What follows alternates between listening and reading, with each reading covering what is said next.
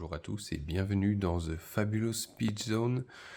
Aujourd'hui, nous allons nous intéresser au deck de Reinhardt de la version Classic Battles, donc un deck Blitz, et nous allons voir comment l'améliorer en deux façons. Une qui vous coûtera la bagatelle de 15 € seulement, au grand maximum, en tout cas par rapport au prix du card market actuel, et la deuxième dans les alentours de 25 €. Si vous avez bien lu les livrets et les cartes de vos Classic Battle, vous avez donc remarqué que Reinhardt a une capacité spéciale, la capacité Intimidate. Intimidate, c'est quoi? C'est qu'en général, par le fait de discard, donc de défausser dans la zone du cimetière, une carte d'attaque de 6 ou plus, l'ennemi va devoir bannir, jusqu'à la fin de son tour en tout cas, une carte de sa main, ce qui va le laisser avec beaucoup moins de défense. Et notre but va être de devoir lui faire défausser le maximum de cartes pour que notre coup, parce que généralement on va, à part sur un gros combo, mais on va pouvoir en mettre qu'un seul par tour, autant qu'il soit le plus gros possible. Dans un premier temps, on va s'intéresser aux équipements. Tout d'abord, on va bien sûr garder Reinhardt, mais on va s'intéresser à son club, donc le Bonebacher. Pour 2, il tape à 4, une fois par tour. C'est pas mal, mais on peut clairement faire mieux avec ce qui est disponible pour les brutes. Et donc je vous propose de retirer. Ensuite, on va avoir le torse, le Blossom of Spring, qui est très bien, parce que ça considère que pour une action, on va gagner 1 en le détruisant, une de ressources, mais par contre, on a 0 défense. Donc je propose de le retirer aussi.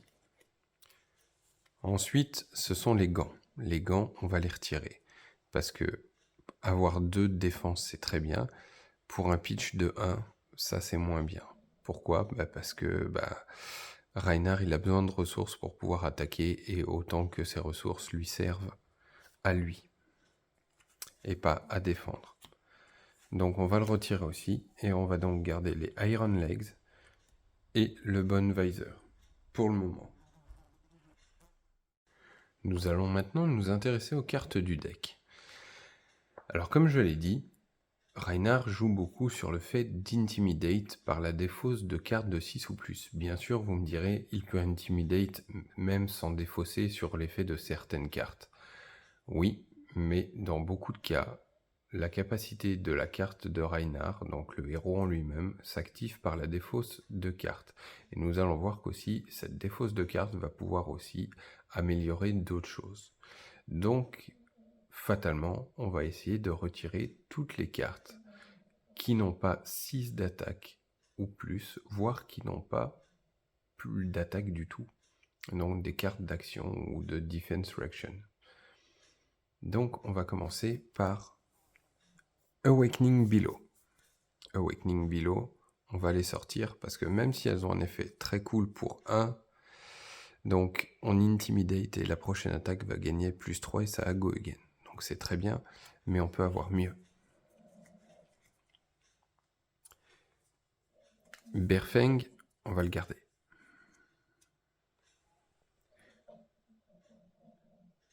Ensuite, on va retirer Beast Mode. J'ai beaucoup réfléchi sur celle-ci, elle avait l'air très bien, mais son coup de 3, malheureusement, va nous la faire retirer.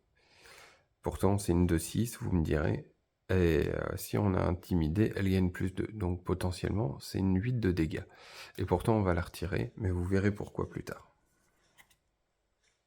Ensuite, nous allons passer au jaune. Donc, nous allons garder Barraging Beatdown, parce que certes, il n'y a pas un 6, il y a 0, mais son effet est monstrueux, et je vous montrerai à quel point. Ensuite, on a Muscle Mutt.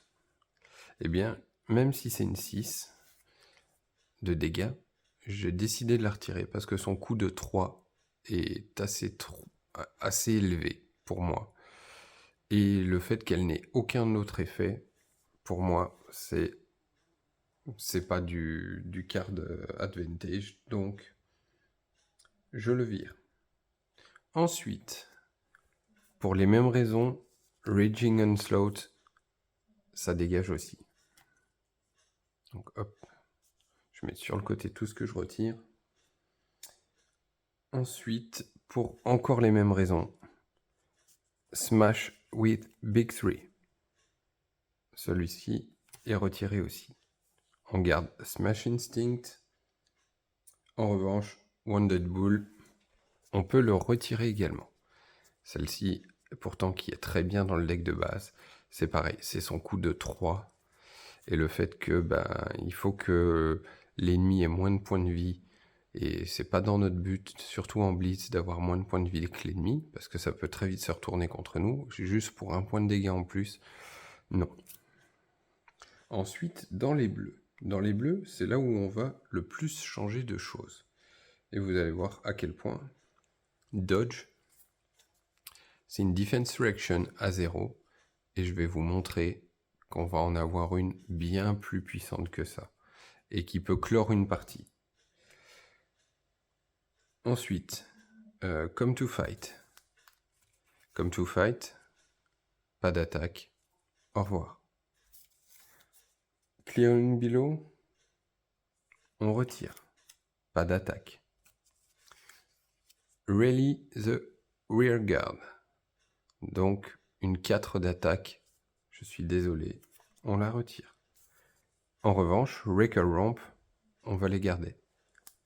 Pour les mêmes raisons que les autres, les Titanium Bubble, même si c'est une belle ressource, 3 de défense, 3 de pitch, on va les retirer.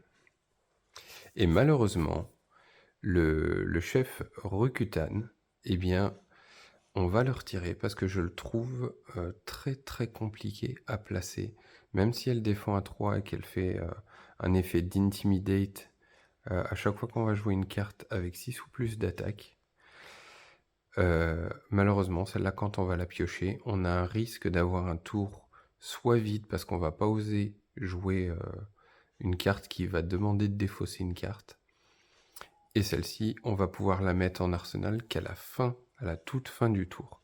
Ce qui fait qu'au final, lui, on va le retirer. Malheureusement, c'est un bon effet, mais le fait qu'elle n'ait pas d'attaque dessus, on a trop peur de devoir la défausser. Donc voilà ce qui va rester de votre deck une fois que vous aurez retiré vos cartes.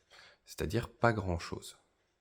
Et vous inquiétez pas, c'est pas le prix qui va augmenter par le nombre de cartes qu'on a retirées. Et donc maintenant, nous allons passer aux améliorations. Et pour les améliorations, on va commencer par les armes. Et moi, je vous propose de donc prendre 2 Mandible Claw. Alors, je ne sais pas si on va pouvoir faire un focus là-dessus. Hop. Les Mandible Claw. Hop. Voilà. Les Mandible Claw, eh bien, pour 2, on va attaquer pour 3. Alors, on va me dire, oui, mais attention, t'avais dit que 2 pour 4, c'était pas terrible. Oui, sauf qu'il y a son effet. Si on a défaussé une carte de 6 ou plus pendant le tour, Mandible Claw va gagner Go Again. Et ça, j'expliquerai pourquoi c'est très important tout à l'heure. Donc, on va rajouter donc nos Mandible Claw. Donc maintenant, nous allons montrer le torse. Que nous allons prendre, c'est Backbone Strapping. Donc qui lui défend pour 1 au lieu de 0. Et en plus, en instantané, et non pas en action, on va pouvoir détruire le Backbone Strapping et faire rouler un dé de 6. Et on gagne la moitié en ressources du résultat du dé. Donc on va pas forcément gagner que 1. Donc c'est arrondi à l'inférieur. À moins de faire 1 et d'avoir 0, le truc c'est que on va pouvoir lancer le dé et que les 3 quarts du temps on va avoir 1 ou 2, mais si on peut avoir 3, c'est encore mieux. Et ça a Battle Wand, donc ça veut dire que quand on a défendu avec, et ça je vous conseille de défendre très tôt dans la partie, surtout en blitz, avec, donc on va pouvoir défendre pour 1, et il ne se détruit pas. Donc ça c'est un très très bon torse. Il y avait mieux avant, mais malheureusement c'est banni en blitz. Pour les gants, on va partir sur le Goliath Gauntlet. Donc certes, ça n'a pas de défense, Mais par contre, quand on le détruit, la prochaine carte d'action attaque avec un coût de 2 ou moins que l'on va jouer ce tour va gagner plus 2, de quoi émettre une grosse patate, et ça a go again forcément. Ensuite, nous allons rajouter nos cartes rouges. Donc moi je vous propose déjà de remettre un Alpha Rampage en plus dans le deck. Ensuite, je sais que j'ai dit qu'il fallait des cartes de 6 ou plus, mais celles-ci sont tellement fortes. Les Barraging Beatdown, vous devez en avoir 2 de chaque couleur. Donc on va rajouter des rouges, parce que là, la prochaine attaque brute ce tour qui ne sera pas défendue par 2 cartes non-équipement, eh bien gagnera plus 4. Et ça fait un Intimidate déjà de base, plus Go Again, et ça coûte 0. Voilà pourquoi ça c'est plus fort que l'autre carte qui coûtait, je sais plus, 1 et qui donnait plus 3 à la prochaine attaque et en faisant Intimidate. Celle-ci, elle peut se révéler meurtrière. Donc hop, on va la rajouter. Ensuite, je propose 2 massacres. 2 massacres qui ont un coût de 3 certes, et qui font 6 de dégâts, 3 de défense. Et quand on attaque avec, si on a déjà défaussé une carte de 6 ou plus ce tour-ci, il va gagner plus 2 et Intimidate.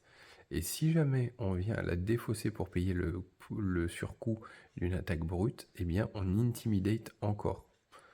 Donc ça veut dire que en défaussant celle-là, on va Intimidate 2 fois.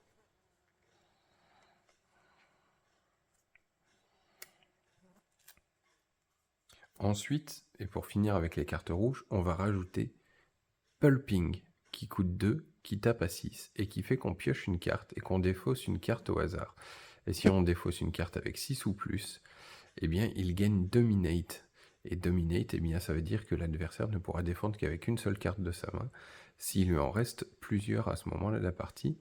Et s'il est défendu par moins de 2 cartes non-équipement, donc comme il aura Dominate, c'est le but, c'est de lui donner Dominate en ayant défaussé une carte avec 6 ou plus, eh bien il va gagner Go Again, ce qui fait que pour un coup de 2, généralement on aura peut-être de quoi attaquer avec quelque chose d'autre.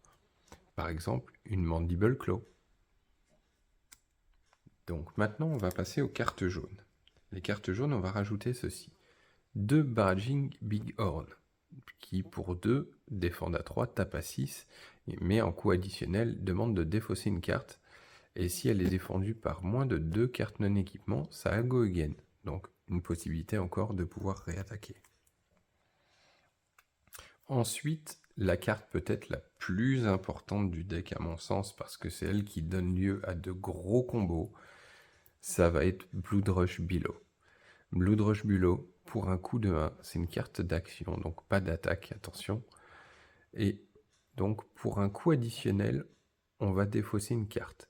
Si c'est une carte de 6, eh bien on va piocher 2 cartes et la carte va gagner Go Again. Sinon, malheureusement, il n'y aura pas Go Again, mais la prochaine attaque brute dans tous les cas va gagner, enfin les attaques brutes du tour vont gagner plus 2. Toutes les attaques brutes. Donc vous voyez où je veux en venir, c'est que on va poser cette carte. On va s'arranger pour qu'une 6 soit défaussée, ce qui va nous donner Go Again 2 cartes en plus, et en plus ça va nous permettre que toutes nos attaques soient à 2, donc vous imaginez bien que c'est là que les Mandible Claw vont jouer leur gros rôle, c'est qu'on espère d'avoir une carte bleue pour pouvoir la pitcher, qui va nous permettre d'attaquer une fois en plus avec Mandible Claw, et dans ce qu'on va piocher, on espère avoir une carte bleue pour pouvoir finir sur une Mandible Claw et éventuellement une grosse patate derrière.